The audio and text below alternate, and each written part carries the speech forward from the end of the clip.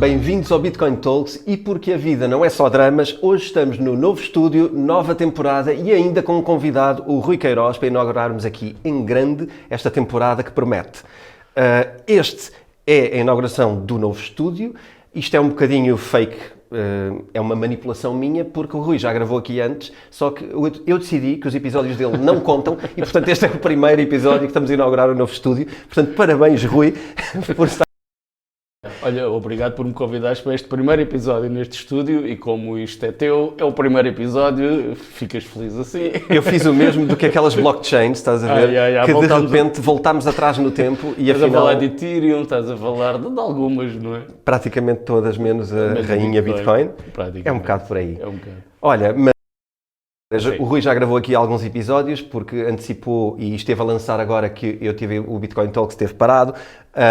Como é que te tens sentido aqui no novo estúdio? Olha, eu gosto deste estúdio, principalmente porque é grande. Vocês aí não conseguem ver, mas temos aqui esta parte, vai ser a parte para os convidados. E a nossa parte, quando começarmos a gravar, vai ser ali, ou melhor, quando passarmos a gravar numa nova parte que ainda não está pronta, vai ser ali daquele lado, que vocês não conseguem ver. Mas pronto, mas isto é grande e não tem nada a ver com o sítio onde estávamos antes. É verdade, assim, de um modo também para o pessoal perceber, nós estávamos num espaço que era um bocadinho condicionado, especialmente se tivéssemos mais do que uma pessoa em estúdio. Aqui temos a possibilidade de conseguir mais cenários diferentes, temos a possibilidade de ter este aspecto para convidados, podemos ter mais do que um convidado e depois temos ali uma zona que vamos usar se calhar mais intensamente, tanto eu como o Rui, que é a parte mais de podcast, onde também vamos inaugurar. Portanto, isto não é só um estúdio, não é só para isto também, este estúdio vai ter também outras funções, mas para nós é aqui um aliviar e uma facilidade grande de podermos estar aqui. Agora parece que estamos numa sala de convívio. É isso. E estamos aqui hoje para fazer um episódio também especial, que é um pouco um teste a uma nova rúbrica que eu e o Rui vamos construir, que é uma análise mais sobre a atualidade e que vamos divergi-la, provavelmente é um conteúdo extra que vamos criar em relação àquilo que já fazemos, tanto eu como ele, em termos de episódios semanalmente. Portanto, eu sei que é verão e sei que se calhar não vamos acelerar tudo já, mas o que eu espero que vocês gostem é que tem muito mais a ver com analisar a atualidade da semana, neste caso a atualidade um bocadinho maior, porque já estamos parados há algum tempo no Bitcoin Talks, mas vamos ter aqui 3 fases diferentes, se calhar, ou pelo menos 2 fases diferentes, uma fase mais atualidade geral e geopolítica e depois uma fase mais mundo cripto e o que é que está a acontecer em termos de criptomoedas. É isso, eu acho. Vamos arrancar? Vamos arrancar. Então, a parte mais geral, normalmente sou eu que ponho aqui os temas, depois o António comenta com os seus comentários sempre perspicazes. Hoje não tenho computador, também não há muito espaço, tenho aqui o telemóvel, portanto, se não se importem, eu vou ler aqui também as minhas notas. E eu quero começar, da última vez que a gente fez episódios, nós estávamos a falar sobre as tarifas, era o drama das tarifas, e nós estávamos a dizer que seria passageiro o drama das tarifas, de um modo geral. Não sabemos até onde é que cai, não sabemos até onde é que o processo, mas sabemos que, de um modo geral, tudo é passageiro. E hoje de manhã, quando eu fui ver os gráficos, eu vi que o Nasdaq está em all-time high, ou muito próximo do all-time high. Neste momento, em pré-market, estamos a gravar de manhã, estava em all-time high. E as tarifas foi o quê? Foi há 2 meses? 2 meses, mais ou menos. Bem. E estamos em all-time high. Apesar da guerra. Não é? Os ataques de Israel e dos Estados Unidos ao Irão e a contra-resposta. Portanto, vou deixar isto aqui para já no ar, que Nasdaq, o SPY, o S&P não está em all-time high, mas o Nasdaq está em all-time high. Quero dar uma segunda informação que eu acho que é relevante dos últimos tempos e que joga um bocado com toda a instabilidade que existe no mundo, que é a questão, não sei se vocês sabem, mas o ouro europeu, ou grande parte do ouro mundial, está nos Estados Unidos. Os Estados Unidos tem posse do ouro. E a Europa, que nos últimos anos tem sido... Vamos ver, não tem estado assim tão bem a fazer uma série de assuntos que a gente tem aqui falado. Parece que este ano está mais empertigaitada, não é? Que é aquela expressão que no Norte se usa muito, empertigaitada, que aqui no Sul não se usa. Não. E disseram, vários países europeus ameaçaram que queriam retirar o seu ouro que está nos Estados Unidos e passar para a Europa. O que é muito curioso, porque, que eu saiba, não há proof of work ou não há proof of gold feito, não é? Portanto, Se calhar o ouro que a Europa pensa que tem nos Estados Unidos até pode nem existir. E isso é uma das grandes desvantagens do ouro. Mas o que é giro é a Europa agora querer falar sobre o tema e querer trazer o ouro de volta nesta separação que tem, aparentemente está a existir entre a Europa e os Estados Unidos. Não sei se queres comentar. Queria. Há vários comentários. Em primeiro lugar, eu acho que há logo... Nós, este episódio, vamos... Eu acho que há aqui um aspecto ou dois que se calhar vamos dar a mão à palmatória e cometemos algum erro de análise no que poderia vir a acontecer numa interpretação futura. Neste caso, eu acho que é o contrário. Portanto, eu acho que não é agora que vamos dar a mão à palmatória, eu acho que agora vamos dizer que já avisámos. Esta questão da separação mundial, de uma geografia e do mundo a dividir-se, do mundo mais fracionado, do fim da aldeia global, do fim do comércio mundial, do fim da internet como uma grande aldeia global de comércio e todos amigos. Eu acho que há aqui uma data de desenhos que nós não estávamos a ver. E eu particular também sobre isto, que era esta enorme separação de opinião e enorme agressividade europeia em relação à Rússia. Há 3 ou 4 anos, isto era... Há 3 ou 4 não, porque se calhar a guerra já começou quase há 3, mas há 6 anos, quando foi o Euro, ok? Quando foi o Euro, quando foi o Mundial, desculpa. Quando foi o Mundial de Futebol, a Rússia estava cada vez mais a ser a Europa. Portanto, estava a normalização de que estamos juntos e pertencemos todos a uma mesma coisa, não é? E hoje as pessoas têm uma memória tão curta sobre tudo que isto já parece que nunca aconteceu na vida delas. Serem parceiros, serem aliados, estarem juntos, comemorarem juntos, fazerem coisas amigáveis e circular livremente nos países uns dos outros. Hoje parece que isto é impensável. Há 5 ou 6 anos isto era impensável, que é uma separação total. O não gostar porque és daquele país, esta separação brutal e visceral que cada vez é mais, semeia-se mais o ódio. E eu acho que isto acontece muito pela manipulação das televisões e dos mídia, que invadem de tal maneira a vida das pessoas que elas já nem conseguem lembrar-se como é que se sentiam antes. Então, hoje é isto que é normal, hoje eu sou assim e não me lembro do que é que eu era no passado. Isto não é nada de bom, isto não augura nada de bom para nós e acho que quanto mais formos assim, mais dificuldade vamos ter nos anos vindouros. Outra que acho que também não se estava tão à espera, embora nós também tenhamos falado, era a instabilidade no Médio Oriente. Nós dissemos que ela ia ser gerada também em consequência disto, que era uma oportunidade. Sim. E ainda há um outro caso que nós levantámos, que é Taiwan, e que é outro foco de problema. Sim, sim. Aquilo que é evidente era uma separação tão rápida e tão grande entre a Europa e os Estados Unidos. Tem a ver com a NATO, não é? Que era impensável separar, só estar em conflito interno. Certo. E neste momento, tu já nem a Europa e os Estados Unidos consegues dizer que vão ser amigos ou que vão estar no mesmo lado em todas as questões nos próximos anos. Certo, concordo. Embora hoje de manhã também estava a ver as notícias de ontem e o Trump está na cimeira da NATO, ou conferência da NATO, não sei o nome técnico, mas ele já veio dar, ou melhor, já veio parabenizar a Europa, já está a mudar. O Trump faz sempre a mesma coisa e é sempre igual, que é porrada no início e depois paninhos quentes, paninhos quentes, paninhos quentes. É sempre igual. Se resulta, se não resulta, ele lá saberá. Para algumas coisas deve resultar, para outras se calhar menos.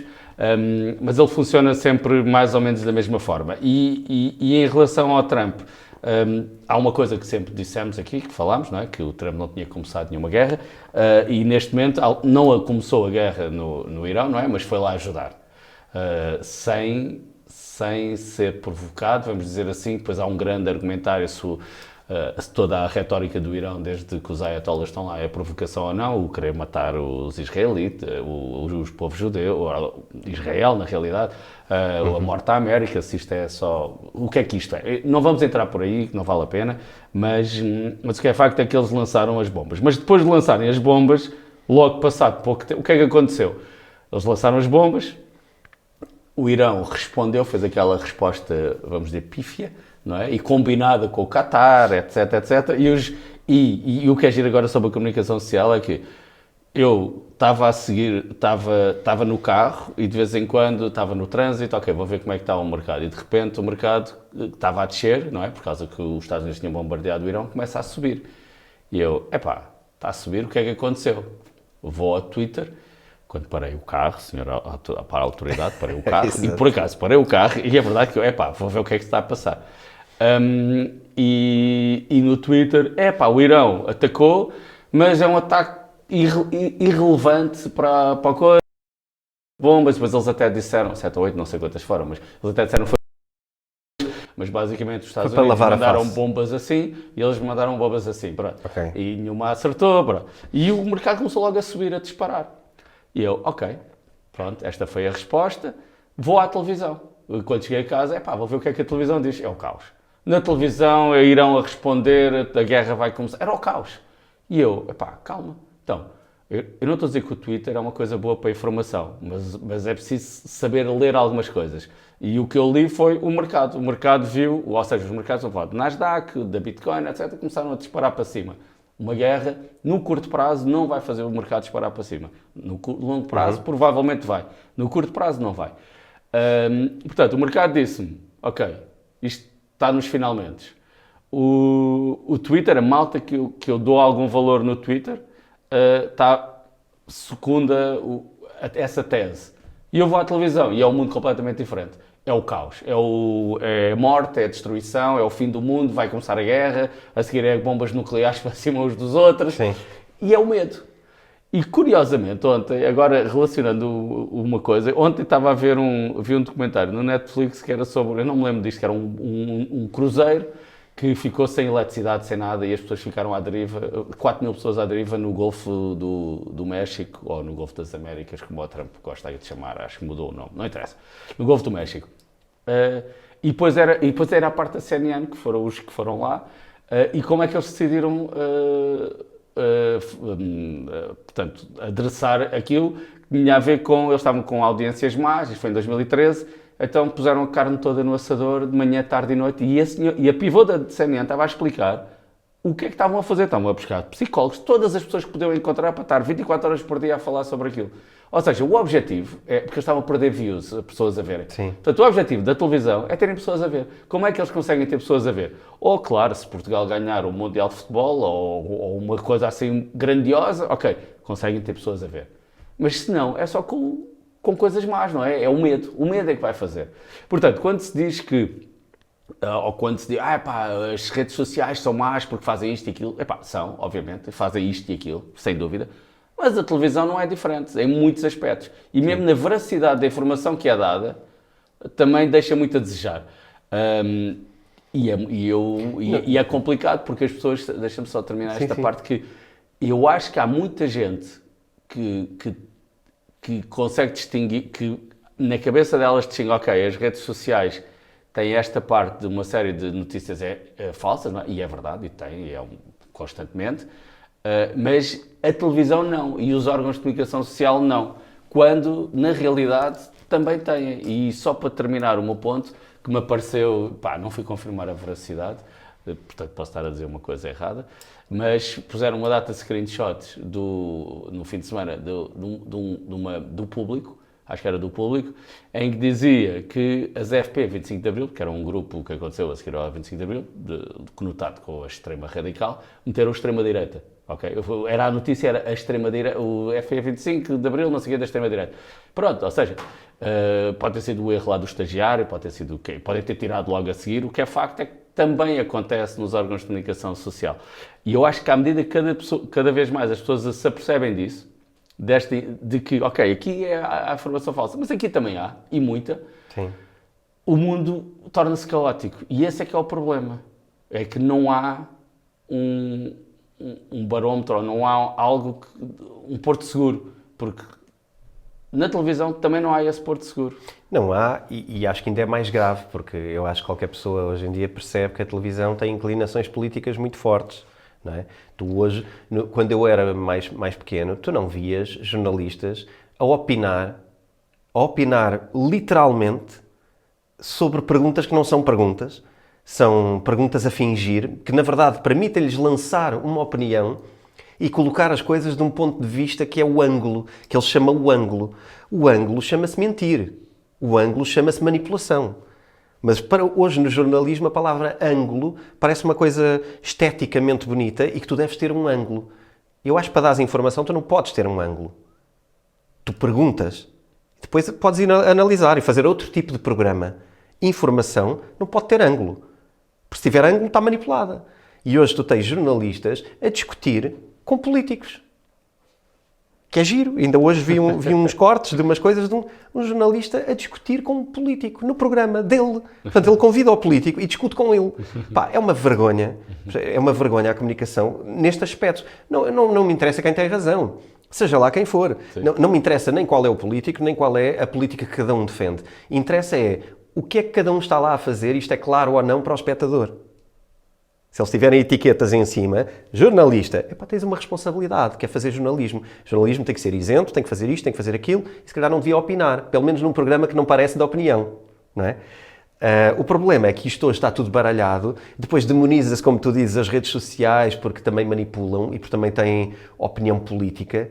É verdade, de certeza que terão, às vezes mais uma, às vezes mais outra, e muitas vezes aquela que é o seu interlocutor, não é? Qualquer pessoa que tu segues no YouTube ou nos podcasts tem uma opinião.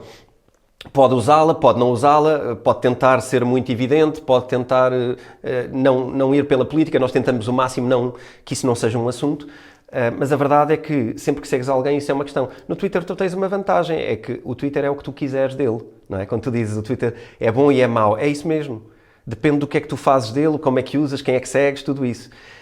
Mas isso que estás a dizer sobre o caos e o medo, aí eu não tenho grandes dúvidas. O programa que está hoje em termos de meios legacy, meios tradicionais de comunicação, é uma cultura de medo constante.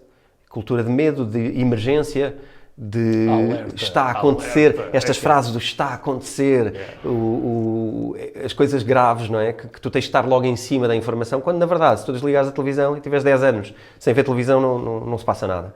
E está tudo bem e o mundo continua. Então, pronto, eu acho que é isso. Acho que a televisão, se calhar, enquanto os mídias estão muito demonizados e temos muita consciência, eu acho que não se tem falado muito também do mal que as televisões possam fazer e do medo que nos incutem.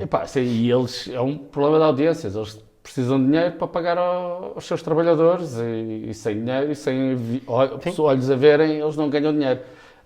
E por isso esta questão do documentário da parte da CNN foi interessante, que ela disse tudo. Ela no documentário disse para que eles vão, inadvertidamente, não era o objetivo, só que acho eu, não sei.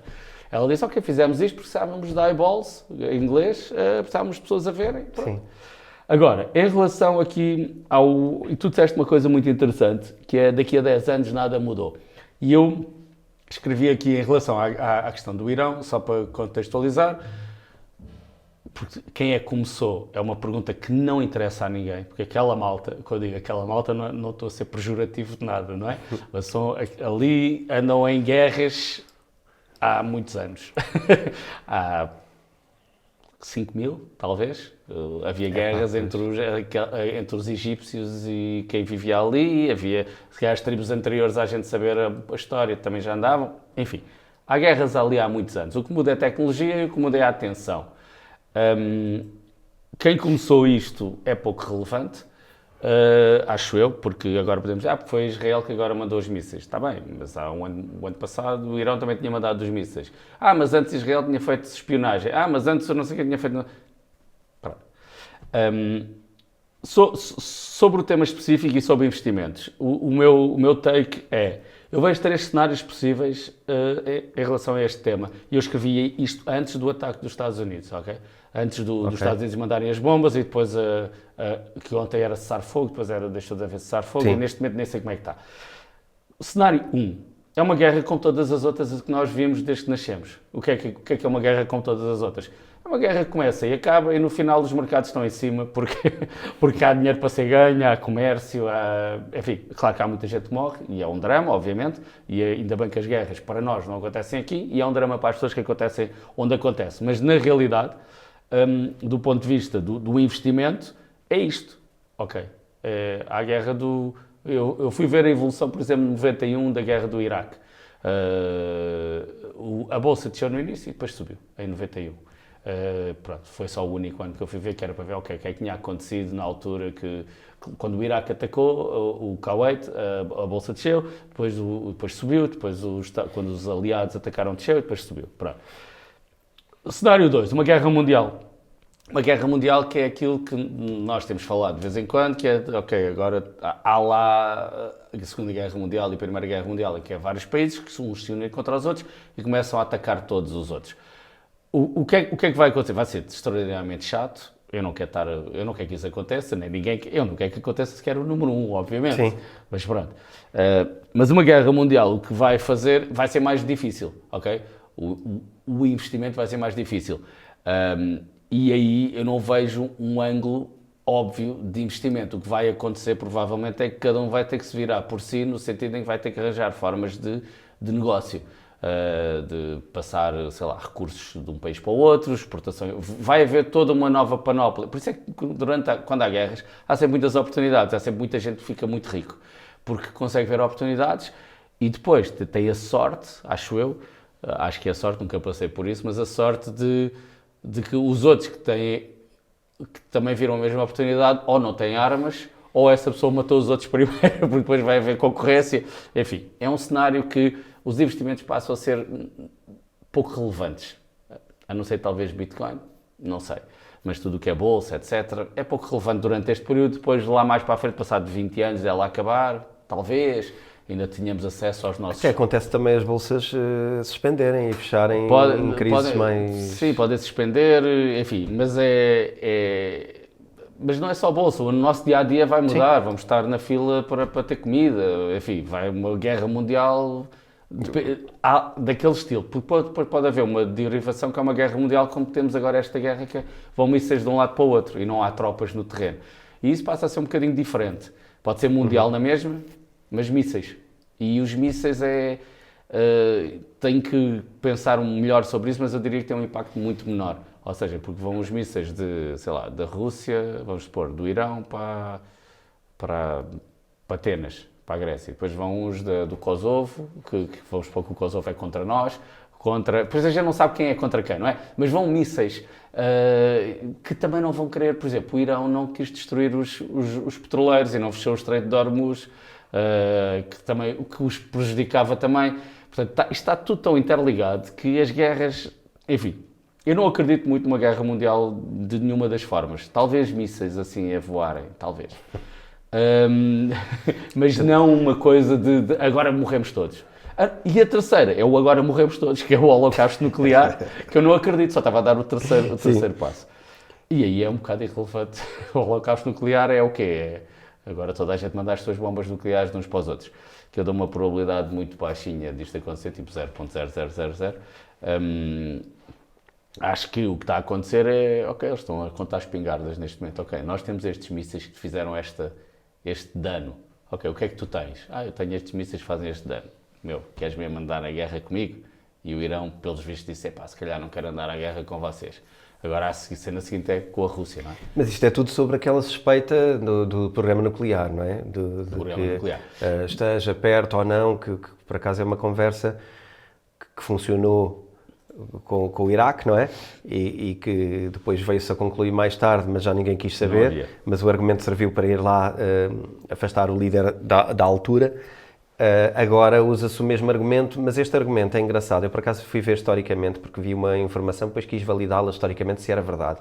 E fui ver se era verdade. E no caso do Netanyahu, ele desde o ano de 1995, que ele alerta que o Irão está prestes a ter armas nucleares daqui a 6 meses, 3 meses, e depois, desde 95, repete a mesma conversa, ou é 3 meses, ou é 1 ano, ou é 2 anos, depois diz que vai ter 250 mil em 10 anos, e dá números muito concretos sobre uma coisa que, em 30 anos, ele está sempre a dizer a mesma coisa e nunca aconteceu.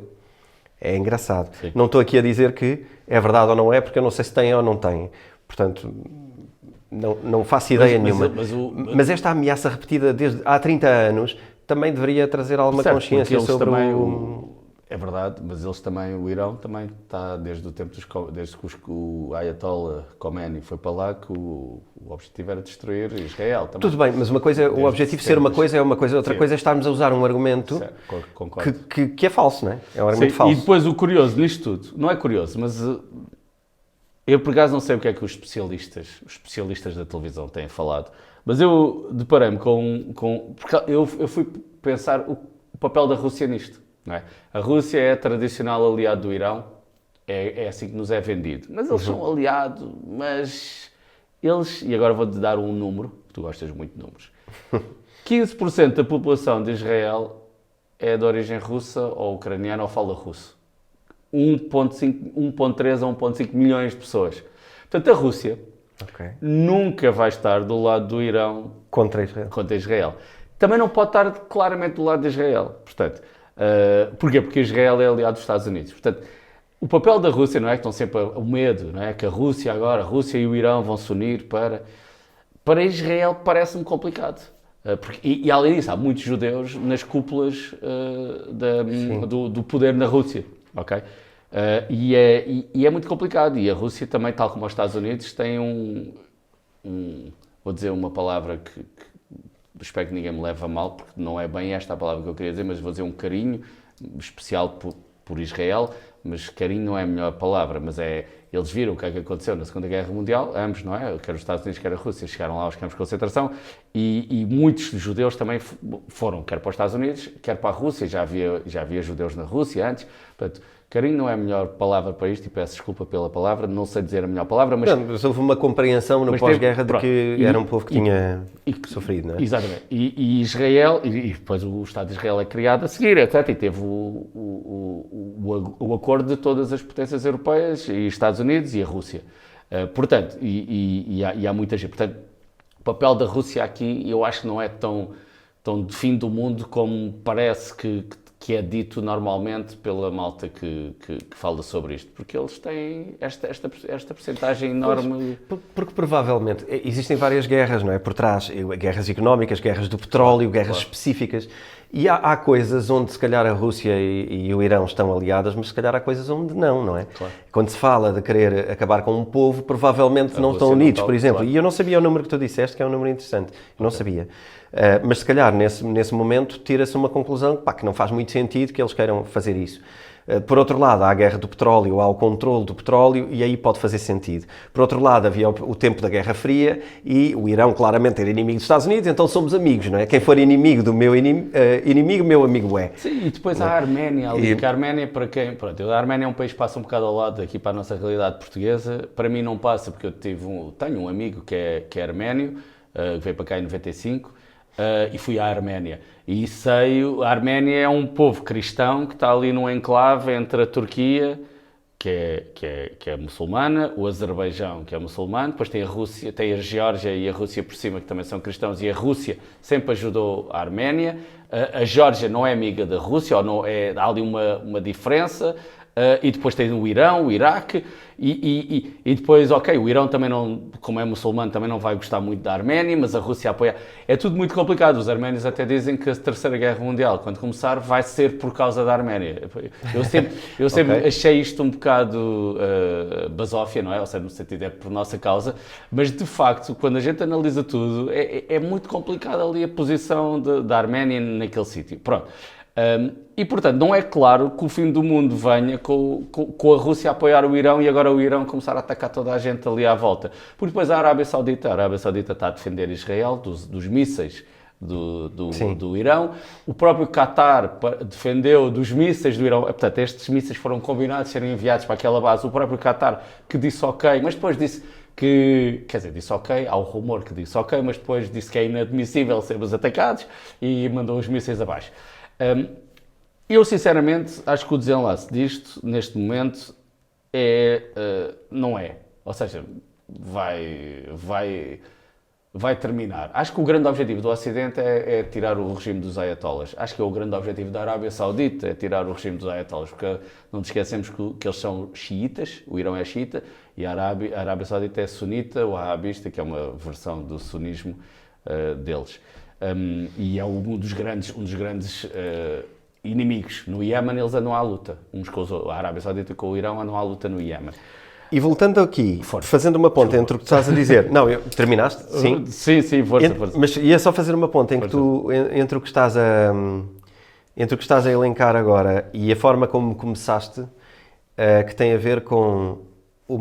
A minha pergunta é se tu achas que o mercado percebeu isso, que tu estás a dizer, e por isso está a reagir desta forma. Eu acho que sim. Eu acho que o mercado está a subir porque percebeu, até ver, não é? Até ver uma nova informação, viu que, isto não é o fim do mundo, não vai ser uma guerra mundial, não vai ser uma guerra sequer local, vai acabar. Porque se fosse uma guerra local, o que ia acontecer, na minha opinião, era o mercado ia descer um bocado, e depois, é preciso imprimir dinheiro para fazer armas, é preciso fazer isto, blá, blá, e depois ia subir a seguir, nos próximos meses.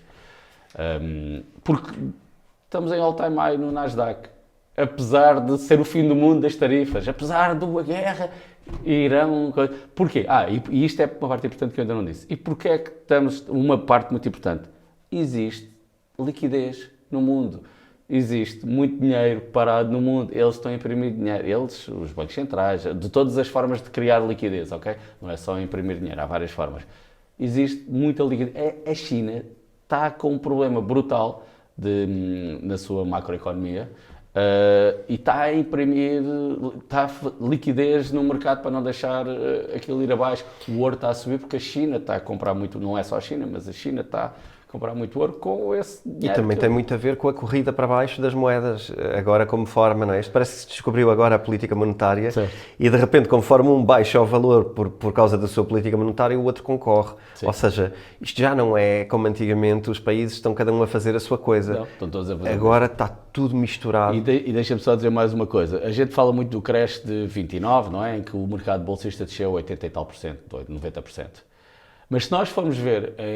relacionado com o ouro, em gold terms, por acaso eu não esqueci-me de ir ver hoje de manhã, era uma coisa e esqueci-me completamente de ver, mas eu não sei qual é o ano, mas acho que é desde o ano 2000, que se nós pusermos o mercado, por exemplo, o Nasdaq, em ouro, ele desceu tipo, eu vou dizer 90%, eu posso depois ver qual é o número concreto, mas desceu muito. O Nasdaq versus ouro, desceu muito. Subiu versus Fiat, mas versus ouro, nem estamos a falar de Bitcoin, ok? Vamos esquecer Bitcoin agora. Sim. Versus ouro, desceu muito. Eu depois vou dizer o número concreto quanto é que desceu. Mas talvez isso merece aqui depois uma parte especial e agora eu ia fazer isto para passar para a parte de cripto. Porquê? Porque o ouro teve as ações desceram tanto versus ouro, então Bitcoin... que é aquilo que eu acredito, e acho que tu também acreditas, que é melhor que o ouro nas suas componentes, e se calhar a atenção deve ser muito mais redobrada para Bitcoin e para uma outra cripto.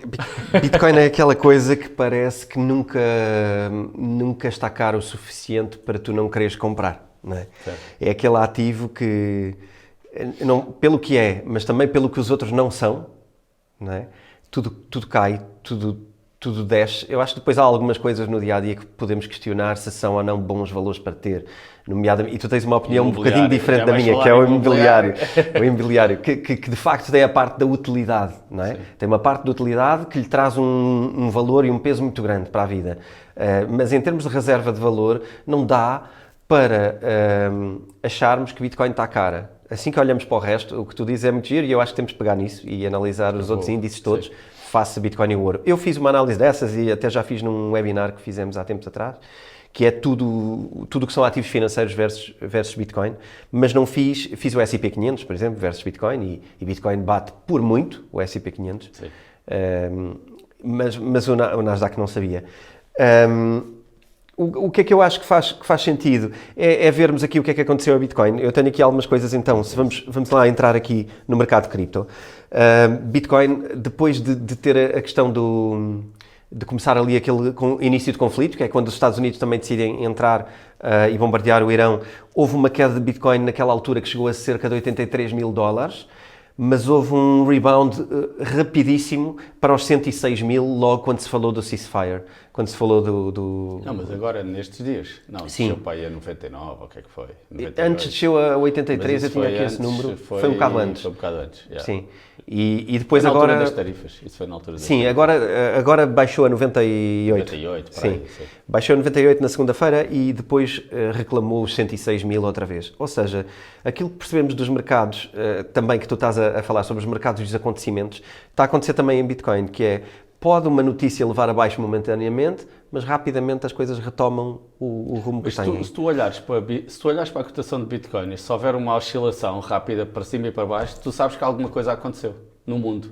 Sim. É porque ela reflete, a Bitcoin reflete de maneira muito rápida qualquer evento mundial. Pode ser um evento específico de Bitcoin, não estou a falar desses, não é? Agora se os Estados Unidos comprou Bitcoin. Mas isso também é um evento mundial, na realidade. Mas se houver uma guerra, está logo refletido no preço e o que é que vai acontecer? É quase um polymarket.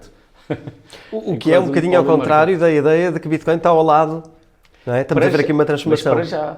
Mas isto é para já. Sim.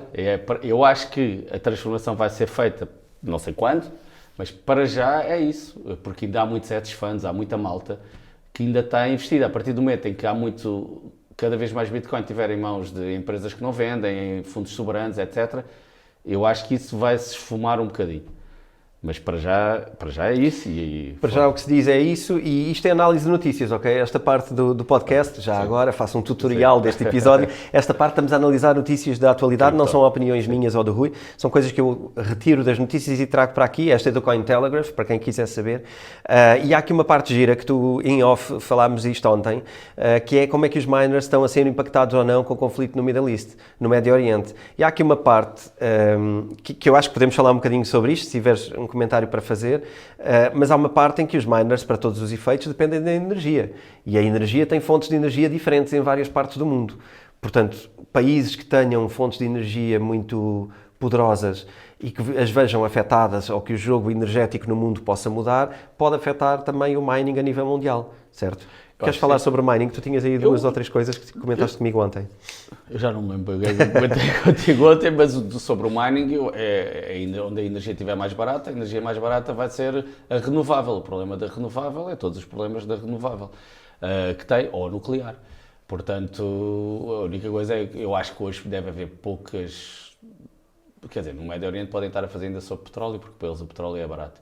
Mas, ou na Venezuela, não sei se a Venezuela ainda está a fazer mining, mas para mim, mas não foi o grande mining para ti é nos Estados Unidos. Não, é a parte dos Estados Unidos. Sim, os Estados Unidos está a ficar com o mining, está a arrebatar o mining todo. E havia uma questão que foi isso que eu falei contigo, ainda não foi pesquisar, que tem a ver com o papel da Mara, que é uma empresa, que a Vanguard, acho que é das maiores acionistas. A Vanguard, que para quem não sabe, é uma empresa que não vende, portanto, é uma empresa que vende fundos, faz fundos, como a BlackRock e como outras.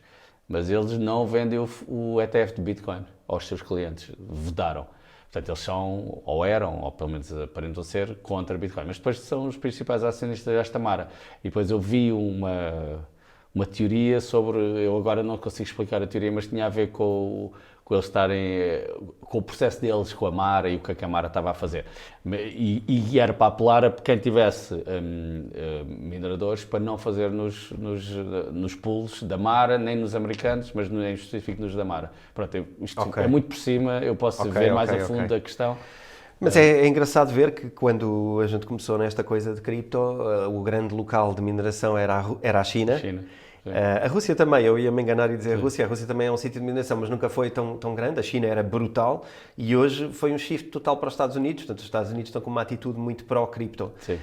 Existem aqui uma outra notícia que eu queria trazer, que é Bitcoin pode subir acima de 120k, e aqui estão 4 motivos para fazer o boosting case para o bull run de Bitcoin, que pode chegar aos 120 mil. Isto é uma notícia também do Cointelegraph.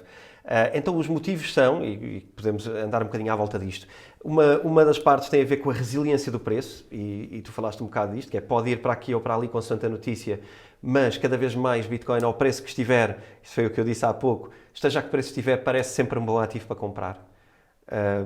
E que esta ideia de que há resiliência no preço e que há 45 dias que não descia dos 100 mil, é um número. E desceu e subiu logo. Claro, e subiu logo. Portanto, isto significa alguma coisa, e a resiliência estamos num momento diferente. Queres comentar alguma coisa? Eu acho que tem a ver com... Nós temos agora uma série de empresas que são as chamadas treasuries de Bitcoin, que, para quem não sabe, são empresas cujo objetivo é comprar Bitcoin e depois eventualmente vão fazer produtos financeiros sobre Bitcoin. E há várias, a mais conhecida é a MicroStrategy do Saylor, que tem 600 mil Bitcoins, ou o que é, tem uma alarvidade. Mas, entretanto, há a nova empresa do Jack Mallers com a Tether e com o SoftBank, que agora o nome escapa, me lembro do ticker, que é o 21, mas ainda não foi, ainda só tem o SPAC, ainda não passou para... A empresa ainda não existe na realidade, ainda só existe como SPAC. Ontem gravei um episódio que até falei que eu tenho que explicar o que é um SPAC, mas pronto, não é agora o tempo de explicar o que é um SPAC. E há uma nova do Pompiliano, que é também um dos grandes homens que fala muito sobre Bitcoin. E que temos um livro na Self do Pompiliano. E temos um livro Como na Viver Self. uma Vida Extraordinária, lançámos em janeiro. Okay. Por acaso é um excelente livro. Do António Pompiliano, não é? António Pompiliano. E há mais empresas, e depois há cada vez mais empresas a comprar. E, portanto, sempre que o preço desce, com os traders, o preço desce e rapidamente, é pelos traders de curto prazo, normalmente. Os traders estão ali a fazer o que eles gostam de fazer, que é trading, estar ali a olhar para gráficos e acham que aquilo é a sua vida espetacular. E o que estas empresas fazem o preço desceu ou pode não ter descido e vão comprar. E como há sempre procura, tem a ver de ser procura, o preço não desce. A procura é sólida e o lado institucional acho que tem um peso nisso. E a teoria é, imprime-se dinheiro fiat. Não é? A MicroStrategy e as outras estão a ir buscar dinheiro fiat, que é dinheiro, segundo eles e nós, que vale pouco, que está sempre a ser desvalorizado. Então, para que é que eu quero ter este dinheiro? Eu vou angariar dinheiro fiat, euros e dólares e outras coisas, e vou comprar Bitcoin. E este é o processo sem fim que eles argumentam que é o seu, que vai levar a Bitcoin para cima, etc. Mas que é o que faz sentido para eles. Para mim também faz sentido. Vamos ver o que é que vai acontecer disto, porque há sempre coisas que podem acontecer que a gente não está a ver bem, e alavancagens e uma data de cenas financeiras que eles gostam sempre de ser muito criativos, e que a determinada altura pode levar o preço a baixar. Mas na realidade, o que tem acontecido eu acho que é isso. E tem sido todas as semanas. Depois há outras, a japonesa, a MetaPlanet. Depois há a GameStop, também já comprou Bitcoin. A procura tem...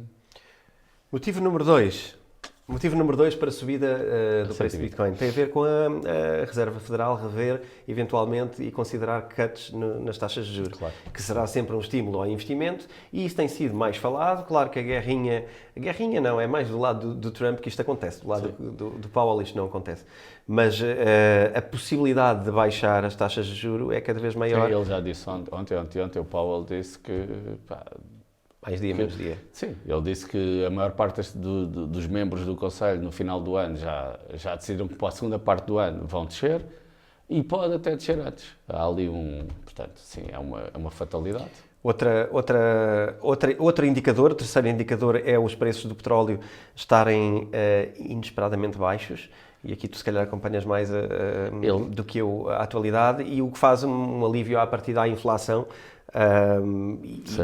e que suporta o caso dos cortes das taxas de juros mais um pouco ainda. Não, claro. Agora, os preços subiram na altura dos ataques de Israel, subiu bastante o petróleo, estava para aí a 60, chegou a 80. Só que a seguir ao ataque do Irão, como viram que não iam atacar os petroleiros, não iam fechar o Estreito de Hormuz, não iam fazer uma série de coisas, o preço do petróleo esteve de 10%, ontem, ok, foi tipo... Portanto, ou seja, ele subiu por causa da instabilidade e desceu logo. Mas sim, preços baixos de petróleo não ajudam na inflação. Portanto, é bom para a descida da taxa de juros. É bom para a descida. O quarto motivo, é o que o Trump quer. O quarto motivo aqui para a subida tem a ver com o que nós falámos, tem a ver com a confiança, que é as médias móveis e os números e os indicadores de médio prazo mostram resiliência e alinham-se com uma atitude bullish no mercado. Ou seja, fazem prever que isto está por horas, como tu costumas dizer, a brincar, está por horas. Eu concordo, eu acho que está por horas, e não é só isso, nós temos todos os indicadores da liquidez que são lagged, ou seja, quando há mais liquidez não se nota ao mesmo tempo em todos os ativos, nem ao mesmo tempo em todas as coisas, demora um tempo. E há quem estude isto, e alguns dizem que é 3 meses para Bitcoin, ou seja, que Bitcoin reflete 3 meses depois a entrada de liquidez e não sei o quê. Por exemplo, o preço das casas é 2 anos depois, ou 1 ano depois, assim, eu agora não tenho os valores, mas, por exemplo, o reflexo na inflação é muito depois, o reflexo nos salários das pessoas é muito depois. E dá o desemprego também. E o reflexo do desemprego, ou seja, há coisas que são rápidas e outras são mais lentas. E a mais rápida é o mercado de Bitcoin e cripto, que é o mais rápido que reflete. E, portanto, como isso continua a subir, a China continua a estar mais relaxada, a Europa está muito relaxada, os Estados Unidos vão começar a relaxar com a cena do SLR, que já falámos da outra vez, que é aquilo que os bancos vão poder comprar as bonds americanas, portanto os americanos vão lançar obrigações que os bancos americanos vão poder comprar ilimitadamente, e isso também está por horas. E há aí um modelo proposto sobre obrigações que pudessem ser lançadas e que tivessem uma associação a Bitcoin. Tu já viste falar disso? Só teoricamente, não vi... Uma proposta de bonds que iriam fazer com que uma parte do bond fosse em compra de Bitcoin. Então, quando as pessoas compram o bond, têm por trás uma percentagem da rentabilidade de Bitcoin. Então, aquilo, eu depois posso explicar isto melhor até num outro episódio, mas o upside da Bitcoin até um X é 5%, mas se houver um upside muito grande, a pessoa ganha o resto do upside todo. Ou ganha 50% do upside, já não me lembro bem. Governamental? Não. Governamental, lançado através do Fed, diria eu. E depois, uma parte é para o Fed se financiar. Portanto, é giro. Para nós, a primeira opinião é Bitcoin vai estar dentro do sistema financeiro cada vez mais. Mas isto na verdade, é a pior coisa que se pode fazer. Para as pessoas é a pior coisa que pode haver. Que é, tu vais comprar uma coisa porque ela tem Bitcoin. Compra Bitcoin, certo, não é? certo, claro. Para que é que vais comprar esta coisa que vai financiar? Tens de financiar o governo, claro, Estado, mas o Estado e o governo vão cometer erros e tu estás a financiar isso, não é? Em vez de comprares mais Bitcoin, mas estás a meter 80% em lixo. Eu percebo, mas para mim isso é uma fatalidade, porque eu não sou libertário, não é? Os libertários é que acham que não deve haver Estado. Eu acho que deve haver Estado. Portanto, é uma fatalidade. Agora, o que a Bitcoin te dá, na minha opinião, é que dá-te uma forma de tu poderes ter um Estado que vai sempre desvalorizar a sua moeda, que vai sempre existir a sua moeda e vai sempre desvalorizá-la para fazer o que tem que fazer, ou seja, para fazer hospitais, para fazer estradas, para fazer tudo. Mas o indivíduo tem a oportunidade para conseguir poupar em algo que está fora disto. Antigamente não é? Antigamente nós tínhamos, para poupar, tínhamos de estar sempre disto, ou então comprávamos moeda de outros países. Essa é a existência de Bitcoin, não é? É o podermos ter a oportunidade. E o estar dentro, eu sei que os puristas querem que esteja fora Bitcoin, fora do Estado e fora de todos os mecanismos financeiros, etc. Eu não vejo as coisas assim, eu vejo as coisas como, ok, isto é uma fatalidade boa, o Estado é uma coisa boa, ok? É a minha opinião, o Estado é uma coisa boa. Isso dá todo um tem que programa, existir, eu sei que dá, e não é para aqui. Eu sei que a maior parte dos puristas de Bitcoin acham que não, mas pronto, mas não me interessa. Eu acho que o Estado tem que existir, tem que haver uma série, e tem que cumprir funções. Mas ter algo que nos pode, que para quem percebe, para quem poupa, porque poupar tem que ser uma coisa que as pessoas querem fazer, porque senão, se eu vou poupar para perder dinheiro, para isso mais vale gastar, e vou gastar o dinheiro todo e depois vivo à conta de subsídios do Estado, não é? Pronto, agora já não tenho dinheiro e vou chorar e vou pedir ao Estado, porque qualquer um de nós pode fazer isso, não é? Gasta tudo, e depois não tem. Sim. E depois não tenho, não tenho uma casa, não tenho não sei o quê, porque, e depois vou pedir. Pronto, é uma ferramenta. É uma ferramenta muito boa para isso. Resta saber, e isto tem a ver com a próxima notícia, eu vou pegar nisto então e depois digo o resta saber, fica a seguir. Okay. Então, esta notícia diz que, ou puxa para cima este caso, que eu também já mencionei no passado, tem a ver, Bitcoin está a perder-se para o TradFi e para os fulanos dos fatos. Então, aqui, basicamente, isto vem por causa de uma conferência que aconteceu em Las Vegas, onde muita parte da assistência tinha a ver com o governo, com o TradFi, e portanto, essa era uma grande parte da audiência, e que os puristas começam a preocupar-se com perder a sua peer-to-peer digital currency para os fatos, portanto, para o Wall Street, para o sistema Wall Street, para os bancos, para toda essa gente. Da parte da BlackRock, a verdade é que quando fizeram o spot, o Bitcoin, o ETF, agora estou a falar português com inglês ao mesmo tempo, o ETF de Bitcoin spot, isto mudou um bocado as coisas desde 2023 e, portanto, isto vem na história antes do próprio presidente Donald Trump também fazer um embrace a cripto, portanto, defender cripto. E depois há uma parte aqui em que o pessoal de cripto, os bitcoiners, aclamarem que os investidores institucionais estão atrás apenas da apreciação de preço e que vão prejudicar proativamente a privacidade de Bitcoin e que vão prejudicar a self-custody e que isto já não é a ideia original do cypherpunk, mas sim uma ideia cada vez mais de que o TradFi usa isto como uma ferramenta para potenciar o seu tipo de finança. Ok?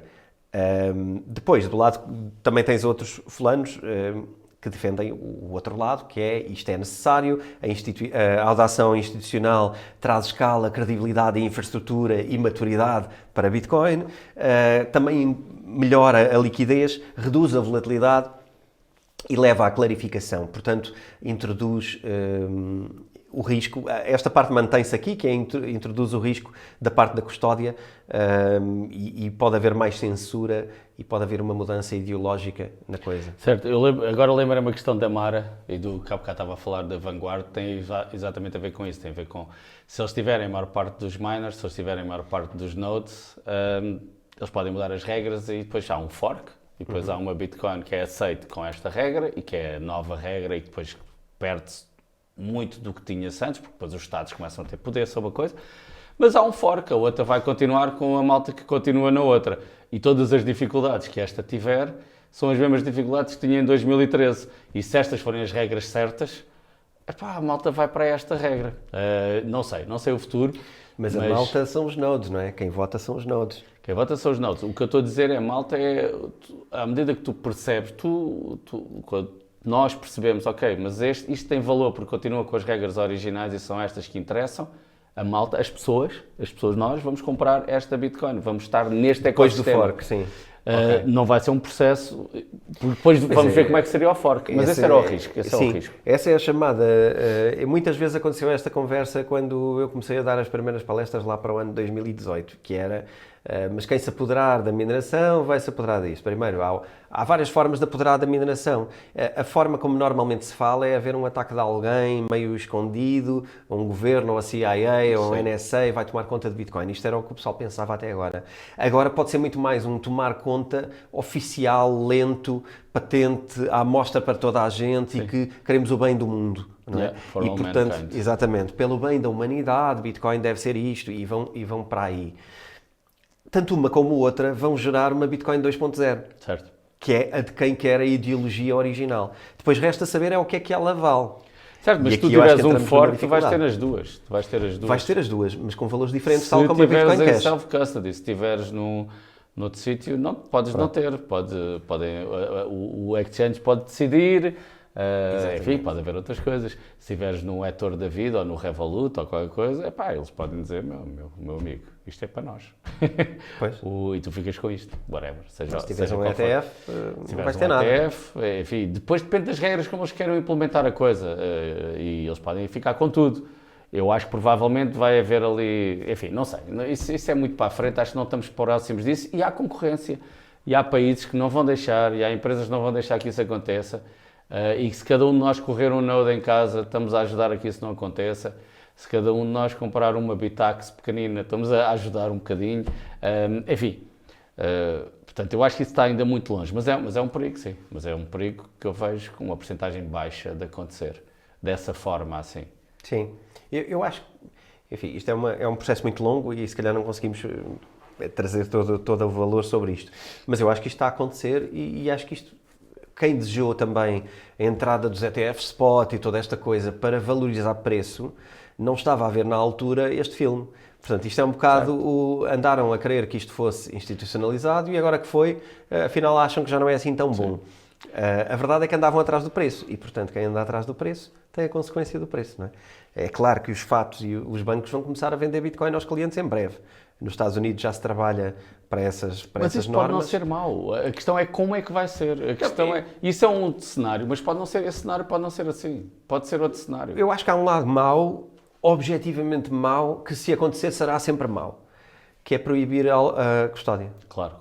Sim. E esse não há volta a dar. É mau, mas como é que eles vão fazer isso? Não é fácil de fazer. Não é fácil de fazer, mas vai... Na Nigéria tentaram fazer isso durante anos e anos e anos e tiveram de Sim, desistir. sim. Portanto, Por isso é que aqui não o estão a fazer, mas a Europa tem esse plano, não é? sim, vamos ver o que é que vai acontecer mudar. na Europa. Acho que a Europa vai mudar um bocadinho nos próximos anos. É provável. Acho que sim. Para o que temos visto, é provável. Então, aqui temos uma... Bom, isto é uma exploração da mesma notícia, não vale a pena ir muito por aqui, são opiniões de várias pessoas. O que é que eu quero trazer a seguir? Pois, esta é a parte sobre a custódia já agora. Se a maioria das pessoas for para ETFs, as transações de Bitcoin também vão diminuir e, portanto, vai ser um layer onde as pessoas nunca vão tocar a verdadeira Mas se tu reparares na mempool, Bitcoin. eu sei que tu não vais à mempool ver, mas muitas vezes a mempool tem dado no zero sats, porque tem dado no final, ou seja, às vezes nós temos em espera, não é? Uma data de transferências até lá longe. Várias vezes nos últimos meses o próximo bloco não estava cheio, várias vezes. E eu tenho pensado um bocado sobre isso, eu acho que também tem a ver com o valor, não é? Ou seja, é caro transferir por causa ou seja, como o preço sobe, à medida se a Bitcoin tivesse a 10 milhões, transferir ia ser muito mais caro, não é? E acontece e também... vai haver menos transferências. E havendo menos transferências também acontece que depois minerar os blocos também é menos interessante. E ser menos interessante e tendo halvings, isto também pode causar uma dificuldade na própria rede. Mas eles podem não vendê-la porque precisam de que o preço suba, podem esperar. Enfim, há aqui vários ângulos que só vendo como é que tudo vai acontecer e simulando, com N variáveis, precisamos de um computador grande e mesmo assim vai estar errado porque são simulações. Enfim. Verdade. Bom, estas foram as notícias que eu tinha para trazer hoje sobre o mundo cripto. Espero que gostem. Espero que gostem. Agora, há uma coisa que falámos aqui que tem a ver sobre esta ideologia. E se calhar pegava nisso só para fazermos aqui um encerramento. Último ponto. Não sei se ainda tens algum ponto para puxar, mas eu iria encerrar por aqui. Que é, qual é a visão de Satoshi? Sabes que até houve uma parte do Satoshi Vision, houve também esta parte na altura dos forks, quando houve ali o fork do Bitcoin Cash, há a Bitcoin SV, que é a Bitcoin Satoshi Vision, que a ideia era tentar ir o mais fiel possível ao white paper do Satoshi. E eu gostava de trazer o tema do Satoshi porque acho que, mais do que nunca, recuperar o Satoshi como pessoa e recuperar a visão dele sobre o que era verdadeiramente a Bitcoin vai nos ajudar também um bocadinho melhor a enquadrar, afinal de contas, onde é que estamos e o que é isto. A reboque disto, tenho uma pergunta para fazer-te. Sabes das suspeitas todas, de todas as pessoas que poderiam ou não ser o Satoshi? Há vários nomes que tu deves conhecer, o Dorian de Satoshi Nakamoto, aquele senhor mais velhote que até esteve envolvido com secretas, o próprio Elon Musk, o Hal Finney, enfim, há um conjunto de pessoas que foram suspeitos Satoshis Nakamotos. Eu estou especialmente interessado neste tema, porquê?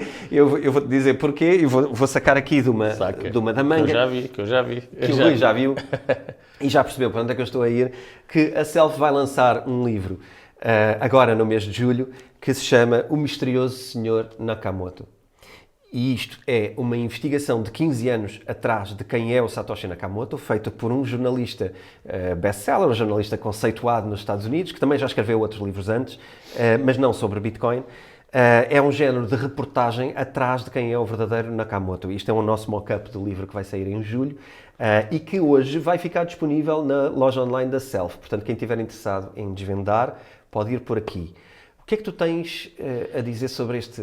Olha, bom, eu, comparado contigo, eu sei que é um tema que tu gostas mais que eu, vou dizer assim. Portanto, não é um tema que eu siga muito, quem é o Sr. Nakamoto.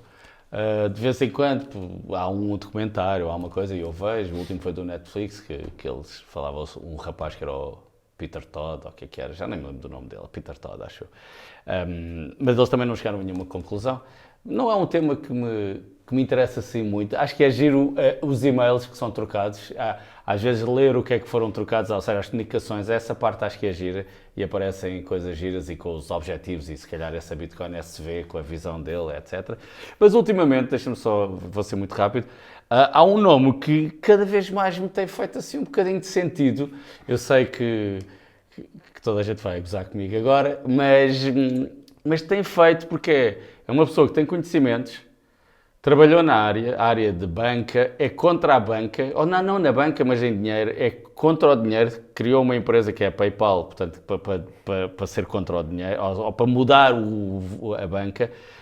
Em 2008, não sei bem o que é que estava a fazer, mas é um gajo com uma grande visão, que é o Elon Musk. Eu sei que pode não fazer sentido nenhum, mas há ali uma série de pontos que ligam, mas na realidade, a sério, é um tema que não me interessa, porque acho que o que é giro é o que foi feito e estar feito. A única coisa, só para te finalizar, o que interessa é de facto se for uma CIA ou se for uma organização assim, pode a qualquer momento vender as suas 4 milhões de bitcoins que estão lá e isso tem um impacto, não é? Agora, se as 4 milhões de bitcoins não forem tocadas, como o senhor Nakamoto disse que não ia tocar nelas, pronto, eu vou acreditar nisso. Eu acho que há uma parte que eu discordo, que é o não é importante. Eu acho que não é importante para Bitcoin e para aquilo que Bitcoin faz. Eu acho que pode ser importante para compreender um bocadinho melhor a Bitcoin e a visão numa altura de crise, que é, às vezes, quando o Bitcoin começa a ir para um lado ou para o outro, eu, pelo menos, tento recorrer mais a o que é que Satoshi queria quando fez isto. Qual era o objetivo original? Parece quase religioso. A Bíblia. E aliás, há uma grande associação entre... aliás, Bitcoin é muitas vezes associado como se fosse uma religião. O engraçado é, o Elon Musk não é tão disparatado assim, tanto que é uma das pessoas analisadas aqui. Okay. E posso desde já desvendar, não vou estragar a história às pessoas, nem vou estragar o enredo, porque eu considero isto um enredo, eu considero isto como um livro que tu lês como um thriller, porque é um documentário em livro, muito giro, está muito bem escrito, tem ritmo, tem os pensamentos dele próprio. O que é que ele está a pensar e porquê, e depois quando ele pergunta às pessoas se ele é ou não Satoshi, é muito giro, tu vês a reação de cada um deles. No caso do Musk, é um dos visados, e o Musk tem mais indícios do que só esses. Um deles é que num dos e-mails que o Satoshi Nakamoto enviou, numa das participações que fez, o IP não ficou escondido. E o IP onde ele está é numa zona de Los Angeles, perto do aeroporto de Los Angeles, um sítio que era o aeroporto que o Elon Musk usava frequentemente para os voos dele. Portanto, temos aqui pano para mangas e temos aqui investigação a esse nível, ou seja, ele vai atrás dos e-mails, eles analisam a escrita dele. Outra coisa que o Elon Musk faz, queres ver outra? E eu não estou a dizer que eu acho que é ele, atenção. Não era o meu favorito. O Satoshi Nakamoto tinha o hábito de colocar 2 espaços nos textos a seguir a um ponto final. E o Elon Musk também tem esse hábito, ok? Há mais coisas. Olha, não sabia, portanto... Isto é muito fascinante, esta investigação. Okay. Eu acho que é um livro brutal e é um estilo diferente de livro que podes ler sobre cripto. Okay. Eu diria que isto vai ser um sucesso dentro do pessoal que gosta de Bitcoin, dentro do pessoal que gosta de cripto ou dentro do pessoal que gosta só de uma investigação, porque este, na verdade... É tipo um Dan Brown. Isto é tipo um Dan Brown, se calhar. Na verdade... Será ou não? Esta é uma das frases que se usa para promover o livro a nível internacional, a nível mundial. Será ou não um dos maiores mistérios do século? Pois, se a Bitcoin tiver sucesso, vamos dizer assim, claro, obviamente. Tu tens 10% de americanos com Bitcoin, tu tens 5% de europeus com Bitcoin, e tu não sabes quem é que criou. Isto é a maior moeda do mundo, não é? É a moeda mais global do mundo. Se calhar é mesmo... Se calhar eu vou mudar a minha opinião e agora quer saber quem é. Se calhar o livro já está vendido ao Vou já ler o livro. Bom, o que é que eu vos convido a todos? Eu vou tentar deixar aqui o link na descrição. Vão ao site da editora Self. Nós vamos ter uma edição especial de colecionador, ok? Para os grandes fãs, que vai ser limitada a 400 exemplares. E é uma edição especial deste livro, com um acabamento em capa dura, portanto uma coisa mesmo para colecionadores. Eu vou querer o meu, como é óbvio, e nós vamos ter este livro disponível a partir deste episódio. Portanto, acedam aí ao link, vão ao site da editora Self e encomendem já o vosso em pré-venda, porque assim recebem em casa no dia do lançamento oficial em Portugal. É o meu convite aqui. Aproveitar. Eu, como tenho acesso aqui, vou já ficar com este. Pessoal, espero que tenham gostado deste formato, é um bocadinho diferente, estamos a limar arestas, vamos melhorar como é óbvio. Por nós, hoje é tudo. Bom fim de semana e vemo-nos na semana que vem. Plim.